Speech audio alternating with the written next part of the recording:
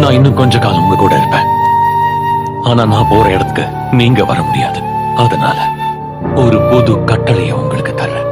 நான் உங்க மேல அன்பா இருந்தது போல நீங்களும் ஒருவர் மேல ஒருவர் அன்பா இருங்க. அத மறந்துடாதீங்க. ஒருவர் மேல ஒருவர் நீங்க அன்பா இருக்கிறதால அதை பார்த்து மக்கள் நீங்க என் சீஷர்கள்னு தெரிஞ்சுப்பாங்க.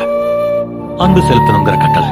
ஆனா நான் காண்பிக்கிற விதத்துல உண்மையிலேயே தியாகமான முறையில மத்தவங்க மேல நீங்க அன்பு செலுத்தும் போது அது உங்களையும் மத்தவங்களையும் மாற்றிடும். நீங்க என்னிலும் என்னோட வார்த்தைகள் உங்களிலும் நிலைத்திருந்தா நீங்கள் கேட்டுக்கொள்வது எதுவோ அது உங்களுக்கு செய்யப்படும். பிதா என்னில் அன்பா இருக்கிறது போல நானும் உங்க மேல அன்பா இருக்கிறேன். என்னுடைய அன்பிலே நிலைத்திருக்க. என்னுடைய சந்தோஷம் உங்கள நிலைத்திருக்கவும் உங்க சந்தோஷம் நிறைவா இருக்கும்படியும் இதை உங்களுக்கு சொன்னேன்.